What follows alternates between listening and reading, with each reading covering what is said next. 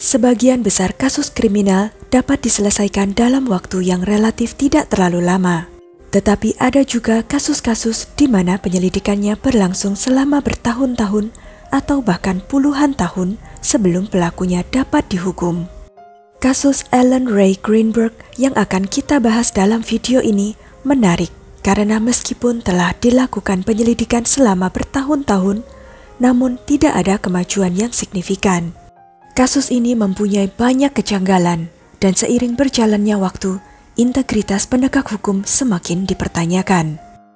Dan yang luar biasa adalah penyelidik berusaha keras untuk membuktikan bahwa Alan yang ceria, yang dengan antusias mempersiapkan pernikahannya sendiri, tiba-tiba memutuskan untuk mengakhiri hidupnya. Bagaimana kisahnya? Sebelumnya silakan subscribe dulu channel ini, serta nyalakan loncengnya untuk mengetahui kasus-kasus kriminal yang terjadi di berbagai negara.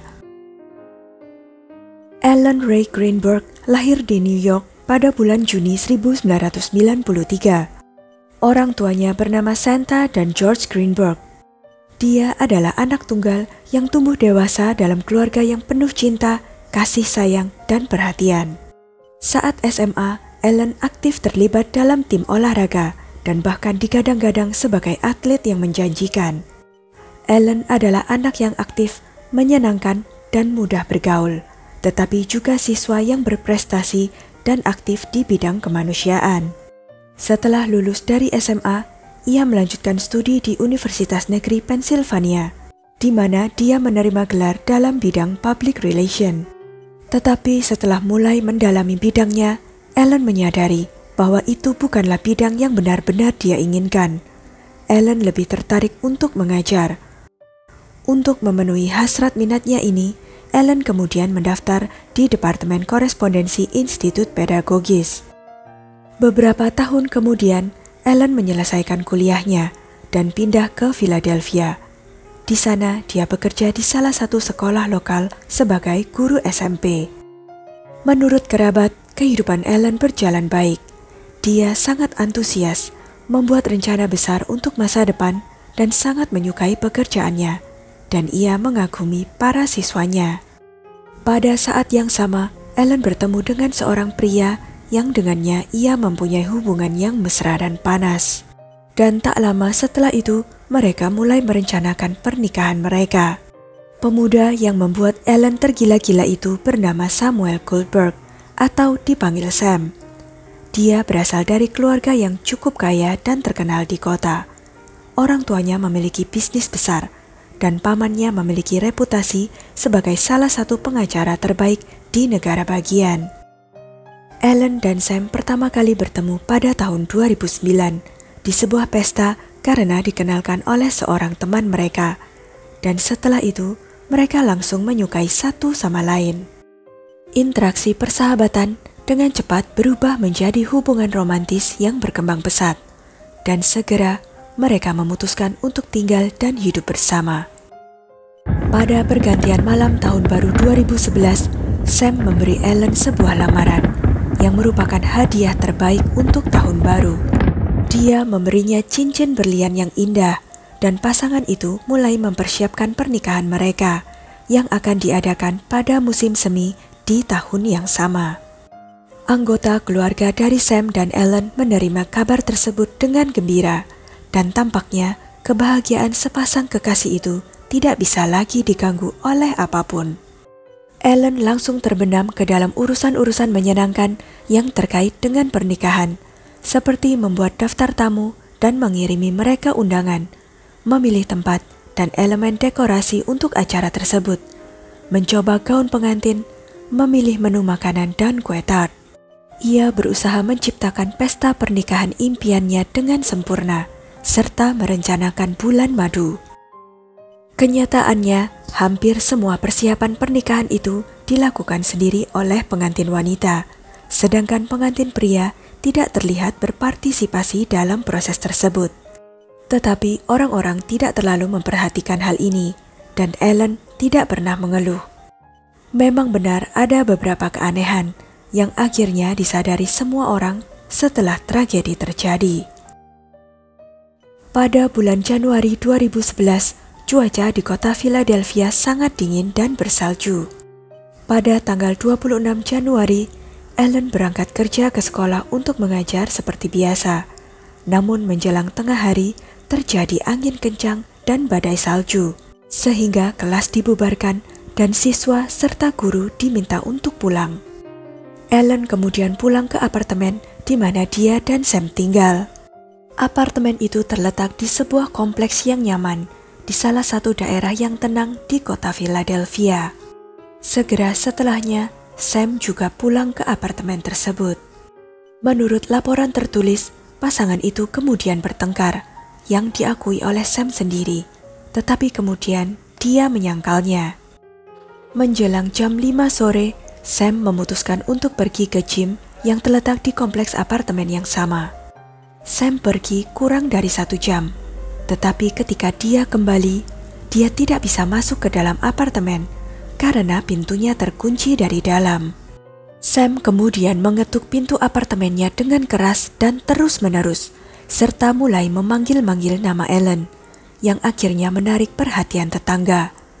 Dan setelah tidak mendapat jawaban apapun, ia kemudian mulai menelepon dan mengirim pesan ke ponsel Ellen. Tidak ada yang menanggapi ketukan, teriakan, dan teleponnya, tetapi terdengar dering dari dalam, menandakan bahwa ponsel Ellen memang ada di dalam apartemen itu. Sam kemudian pergi ke lantai pertama apartemen dan meminta bantuan kepada penjaga keamanan. Sam menjelaskan situasinya kepada petugas dan bertanya apakah dia bisa membantu membuka pintu apartemennya. Namun penjaga itu menjawab bahwa itu di luar wewenangnya dan dia tidak dapat meninggalkan posnya sesuai instruksi kerjanya. Kemudian Sam kembali ke lantai apartemennya dan memutuskan untuk bertindak sendiri. Dia berusaha mendobrak pintu dengan bahunya, dan saat pintu akhirnya berhasil terbuka, ia mendapati suasana sangat tenang di dalam. Ketika Sam berjalan memasuki dapur, dia melihat pemandangan yang mengerikan. Tunangannya sedang duduk di lantai, bersandar di pintu lemari. Tubuhnya disayat dengan pisau dan pakaiannya berlumuran darah. Sam segera menelepon layanan darurat serta menjelaskan situasinya. Dan ketika dia diminta untuk memeriksa denyut nadi Ellen, Sam bertingkah aneh. Dia bertanya beberapa kali apakah dia benar-benar perlu melakukan hal itu. Kemudian terjadi keheningan, dan setelah itu Sam tiba-tiba mengatakan bahwa ada pisau yang mencuat di dada tunangannya itu, yang tidak ia sadari sebelumnya. Sam juga menambahkan bahwa Ellen jelas sudah mati. Petugas polisi yang tiba di TKP cukup terkejut dan mengatakan bahwa mereka belum pernah melihat hal seperti itu selama bertahun-tahun. Pintu itu memang dikunci dari dalam dengan kait, dan kemudian dirobohkan Sam dengan bahunya. Tidak ada tanda-tanda masuk secara paksa atau kehadiran penyusup di dalam kamar. Tidak ada yang dicuri dari apartemen. Semua barang berharga dan uang masih ada. Tidak ada yang digeledah atau disentuh. Namun yang paling menarik dimulai ketika jenazah Ellen diperiksa. Tidak ditemukan tanda-tanda perlawanan atau upaya untuk membela diri. Seolah-olah semuanya terjadi tiba-tiba dan korban tidak punya waktu untuk bereaksi. Pada tubuhnya terdapat sekitar 2 lusin luka tusuk dengan kedalaman yang berbeda-beda, dan tusukan terakhir mengenai jantung dan merenggut nyawa Ellen. Saat TKP dan jenazah diperiksa, terjadi kelalaian yang menyebabkan banyak bukti terlewatkan dan kemungkinan pelaku masih bebas. Anehnya lagi, polisi sejak awal sudah berpikir bahwa ini adalah tindakan mengakhiri hidup sendiri, bahkan sebelum pemeriksaan forensik dilakukan. Mereka berpendapat Ellen melakukannya sendiri karena terdorong serangan panik yang dia derita. Ellen memang sering berkunjung ke psikolog, dan obat-obatan yang ia peroleh mendukung kenyataan bahwa Ellen sejak beberapa waktu yang lalu mulai menderita gangguan kecemasan dan serangan panik, sehingga Ellen mulai mencari bantuan dari psikolog terdekat. Dia berusaha untuk tidak mengeluh agar tidak membuat teman dan kerabatnya khawatir, sehingga orang-orang terdekatnya menganggap perubahan perilaku Ellen hanya terkait dengan stres akibat mempersiapkan pernikahan. Psikolog yang menangani Ellen meresepkan 2 obat untuknya, yang diminumnya secara teratur untuk mengatasi kecemasannya. Psikolog tersebut kemudian melaporkan bahwa kedua obat tersebut, baik ketika diminum secara bersama-sama maupun secara terpisah, tidak dapat memperparah kondisi mental Ellen dan menyebabkan pemikiran tentang kematian. Psikolog itu juga mencatat bahwa meskipun pasien menderita kecemasan, tetapi dia tidak pernah memiliki pemikiran seperti itu. Selain itu, teman-teman dan kolega Ellen memperhatikan bahwa setelah Ellen dan Sam mulai hidup bersama, perilakunya mulai berubah. Setelah terdiagnosis mengalami gangguan kecemasan, Ellen hampir berhenti untuk mengambil keputusan sendiri. Dalam setiap situasi, Ellen akan mengatakan bahwa dia perlu mendiskusikannya dahulu dengan tunangannya. Bahkan, dia tidak bisa memberikan jawaban tanpa berkonsultasi dengannya. Orang tua Ellen juga merasakan sikapnya menjadi agak aneh. Tetapi setiap kali Ellen mengeluh kepada mereka tentang keadaan emosinya yang sulit, dia menambahkan bahwa Sam tidak ada hubungannya dengan itu. 3 minggu sebelum tragedi terjadi, Ellen mengatakan kepada ibunya bahwa dia ingin berhenti mengajar, meninggalkan segalanya, dan kembali ke rumah orang tuanya. Ibunya sangat terkejut mendengar kata-kata Ellen, tetapi meyakinkannya bahwa dia bisa kembali ke rumah kapan saja dan orang tuanya akan menerimanya tanpa pertanyaan. Namun setelah itu, Ellen tidak pernah membahas topik itu lagi. Kemudian ada dugaan bahwa setelah pasangan itu tinggal bersama, Sam mulai menunjukkan kekerasan terhadap Ellen, dan dia takut untuk memberitahu siapapun tentang hal itu. Psikolognya tidak membenarkan atau menyangkal versi ini, tetapi mencatat bahwa Ellen mengalami kesulitan mengartikulasikan dan mengungkapkan apa yang dia alami dan apa yang mengganggunya. Seolah-olah dia ingin berbagi sesuatu yang penting, tetapi rasa takutnya lebih kuat dari itu. Keanehan dan ketidakkonsistenan dalam kasus ini sejak awal menimbulkan banyak pertanyaan, tetapi yang paling menarik, tidak seorang pun mencoba untuk menemukan jawaban atas pertanyaan-pertanyaan tersebut. Kecerobohan dan kelalaian dalam melakukan pemeriksaan TKP dan jenazah, serta banyak fakta dan bukti yang diabaikan dan hilang begitu saja, tidak mungkin dapat mengembalikan gambaran lengkap dari kejadian tersebut. Kejanggalan ini dimulai dengan fakta bahwa di tangan korban tidak ditemukan luka khas untuk pertahanan diri, yang berarti bahwa gadis tersebut tidak berusaha membela diri. Tetapi pada saat yang sama, di tubuhnya ditemukan banyak luka memar, yang dilihat dari tingkat kesembuhannya menandakan luka-luka itu dia terima beberapa minggu yang lalu.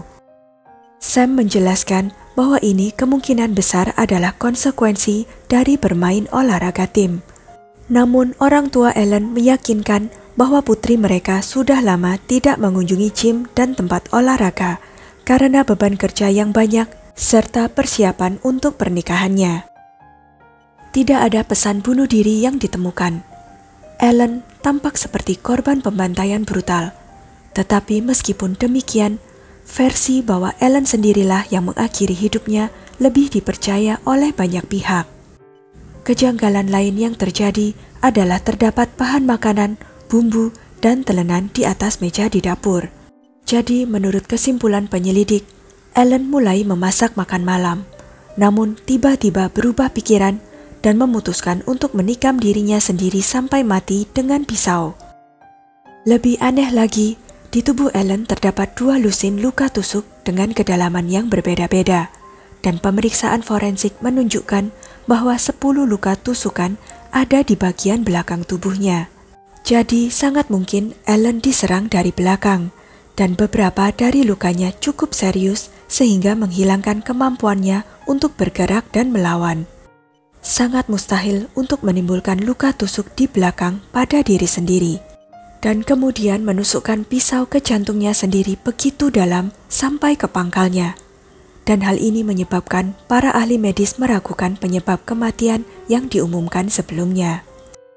Namun meskipun ada kesimpulan ini, penyelidik terus bersikeras pada versi sebelumnya dan menolak untuk memproses kasus ini sebagai kasus pembunuhan. Argumen utamanya adalah tidak adanya jejak orang asing di dalam apartemen, serta tidak adanya tanda-tanda pertahanan diri. Terlepas dari itu, ada juga keraguan tentang kemungkinan masuknya penyusup ke dalam apartemen, karena kait di bagian dalam pintunya tidak normal. Anehnya, kait itu bisa ditutupkan dari luar, tetapi tidak sepenuhnya. Jika kaitnya telah ditutup sepenuhnya dari dalam, mustahil untuk membukanya dengan satu dobrakan dari bahu tanpa merusak pintunya. Dan jika dilihat dari kerusakannya, kait itu kemungkinan besar hanya ditutup sebagian, dan bisa saja dilakukan dari luar pintu. Meskipun pasangan korban biasanya menjadi tersangka utama dalam kasus seperti ini, Sam selalu tetap tidak dicurigai. Tidak ada tuntutan yang diajukan terhadapnya, dan dia hanya satu kali saja pada hari kejadian diinterogasi di kantor polisi dengan ditemani pamannya yang adalah seorang pengacara terkenal dan berpengaruh. Apalagi keseluruhan gambaran dan rangkaian kejadian hari itu direkonstruksi hanya menurut perkataan Sam, yang kadang-kadang bingung dengan kesaksiannya sendiri. Tetapi polisi menganggap semuanya itu hanya sebagai stres. Para tetangga hanya membenarkan bahwa mereka mendengar ketukan dan jeritan seorang pria yang tidak bisa masuk ke apartemen dan menelepon tunangannya. Tetapi hanya itu saja.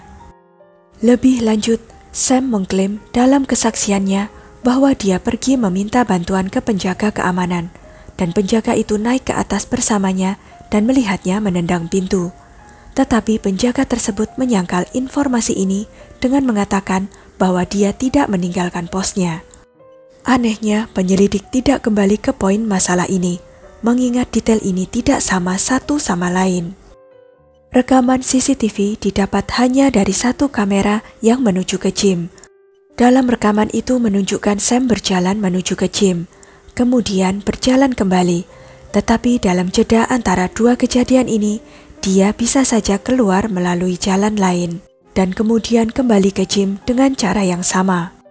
Alibinya tidak diperiksa, dan kemungkinan saksi yang dapat memastikan bahwa dia telah berolahraga atau tidak bahkan tidak dicari oleh polisi.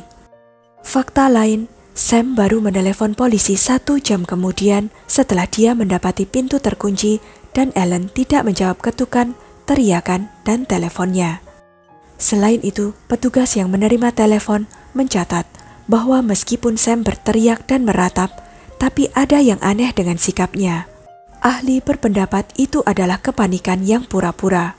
Karena Sam terdengar cukup tenang untuk menjawab pertanyaan, dan suaranya tidak bergetar ketika dia diminta untuk memeriksa apakah korban masih hidup atau sudah meninggal. Pertama-tama dia meragukan perlunya melakukan hal itu, lalu terdiam, dan kemudian melaporkan tentang pisau yang mencuat dari dada Ellen, yang menurutnya sebelum itu dia tidak menyadarinya. Perlu dicatat bahwa sebelum menelepon polisi, Sam telah menelepon orang tuanya dan paman pengacaranya terlebih dahulu. Pamannya tiba di apartemen itu sebelum polisi tiba. Saat Sam dibawa ke kantor polisi untuk diinterogasi, ia juga datang bersama pamannya. Selain itu, keesokan harinya, Sam kembali ke apartemennya yang sudah disegel oleh polisi itu bersama pamannya untuk mengambil beberapa barang pribadinya dan mengeluarkan semua gadget Ellen. Mereka mengambil 2 laptop, ponsel, dan tablet Ellen. Ketika penyelidik memeriksa perangkat-perangkat Ellen tersebut beberapa hari kemudian, ternyata permintaan pencarian di internetnya mencakup topik terkait kematian sukarela. Para petugas polisi yang datang di tempat kejadian hanya melakukan pemeriksaan sekilas terhadap tempat kejadian dan menyimpulkan bahwa Ellen telah bunuh diri. Setelah itu, meskipun muncul rincian dugaan baru, polisi menolak untuk mengubah keputusan mereka. Urutan luka tusukan tidak dapat ditentukan, tetapi yang pasti adalah tusukan terakhir adalah tusukan ke jantungnya. Pemeriksa medis yang melakukan otopsi menemukan semua ini sangat aneh, dan dia memutuskan untuk melakukan penyelidikan tambahan dengan mengirimkan sampel tulang belakang Ellen ke spesialis yang sangat ahli, yang dapat memberikan kesimpulan mengenai satu hal penting. Jika sumsum tulang belakangnya rusak, maka Ellen akan lumpuh, dan tidak dapat menusuk jantungnya sendiri. Tetapi sayangnya tidak lama kemudian, ahli tersebut tiba-tiba berubah pikiran dan menghentikan pemeriksaannya dengan menyatakan bahwa menurut laporan, sumsum tulang belakang Ellen tidak rusak, namun kesimpulannya sendiri tidak pernah disertakan di dalam laporan bahan kasus. Janggalan lain adalah hanya sedikit sekali darah di sekitar Ellen dari lukanya yang begitu banyak dan luas di tubuhnya, yang menandakan bahwa ada seseorang yang telah menghapusnya. Namun tidak ada seorang pun yang mau repot-repot mencari kemungkinan darah itu telah dibersihkan. Cairan luminol yang biasa digunakan dalam kasus seperti itu juga tidak dipakai. Tempat sampah di apartemen juga tidak diperiksa, dan jika ada bukti di dalamnya, maka bukti-bukti itu telah hilang selamanya. Orang tua Ellen diberitahu tentang kematian putri mereka satu-satunya oleh keluarga Goldberg. Keluarga Ellen tinggal di kota lain, beberapa ratus mil jauhnya dari putri mereka, tetapi mereka tiba secepat mungkin. Santa dan George tidak percaya dengan apa yang terjadi dan dengan tegas menyangkal bahwa Ellen mungkin saja bunuh diri. Tetapi orang tua Ellen tidak pernah diberikan jawaban yang jelas tentang apa yang terjadi dengan putri mereka. Hanya kesimpulan bahwa Ellen sendirilah yang mengakhiri hidupnya dan penolakan untuk memproses kasus ini sebagai kasus pembunuhan. Kemudian keluarga Ellen memutuskan untuk melakukan penyelidikan sendiri dengan melibatkan spesialis independen. Segera mereka dihubungi oleh seorang detektif swasta yang menawarkan bantuannya secara gratis karena dia sendiri ingin memahami kasus yang membingungkan ini. Detektif tersebut mempelajari materi dan sampai pada kesimpulan bahwa tubuh Ellen dipindahkan setelah kematiannya. Hal ini dibuktikan dengan tetesan darah kering dari hidungnya ke arah telinganya, tetapi Ellen ditemukan dalam posisi duduk, sehingga darahnya seharusnya tidak dapat mengalir dari hidung ke telinga. Detektif itu juga menemukan noda olesan di lantai, sangat mirip dengan bekas tarikan. Selain itu, penjaga apartemen kemudian teringat bahwa Sam yang telah meminta bantuan mengenakan baju olahraga dan mengatakan dia telah kembali dari gym. Tetapi anehnya, dia memakai sepatu boot. Sam juga tidak membawa tas dengan sepatu ganti. Tetapi meskipun ada bukti-bukti baru dan keterangan saksi, pihak kepolisian tetap menolak memprosesnya sebagai kasus kriminal. Mereka juga menolak melakukan penyelidikan lebih lanjut. 4 tahun kemudian, seorang perwira muda baru telah bergabung dengan unit pembunuhan dengan posisi sebagai asisten jaksa. Dia telah mendengar tentang kasus aneh yang belum terpecahkan ketika dia masih belajar di universitas, dan sekarang dia memutuskan untuk mempelajari arsip-arsip kasus ini dan mendapatkan kebenaran. Perhatiannya tertuju pada cedera di bagian belakang kepala yang bisa menjadi tanda pertama bahwa Ellen diserang dari belakang ketika dia tidak menyadarinya. Hal yang juga menarik baginya adalah catatan bahwa tidak ada cedera tulang belakang. Tetapi tidak ada dokumen resmi yang membuktikannya. Semua laporan mengenai luka tulang belakang tersebut tidak tersedia. Diduga hilang entah kemana di arsip itu. Kemudian, dia membuat permintaan resmi ke Pusat Pemeriksaan Medis Forensik untuk mendapatkan duplikat dokumen tersebut. Dan kemudian ternyata bahwa tidak seorang pun yang pernah memberikan kesimpulan seperti itu. Dan jenazah Ellen tidak pernah diperiksa untuk mengetahui adanya cedera tulang belakang atau tidak. Pada saat yang sama, sebuah fragmen tulang belakang entah bagaimana secara ajaib terawetkan dan dapat diperiksa ulang. Seorang spesialis independen diperbantukan dan disimpulkan bahwa tulang belakangnya telah rusak di beberapa tempat sekaligus, sehingga Ellen tidak mungkin dapat melukai dirinya sendiri lebih lanjut. Materi yang dihasilkan diserahkan ke polisi, tetapi setelah ditinjau kembali, mereka tetap menolak untuk memulai proses pidana. Pada tahun 2018, petugas koroner memberikan kesimpulan resmi yang menyatakan bahwa semua 20 luka adalah ditimbulkan oleh Ellen pada dirinya sendiri, dan tidak ada keraguan tentang hal itu. Penyelidikan yang baru sekali lagi mengalami kebuntuan keadilan.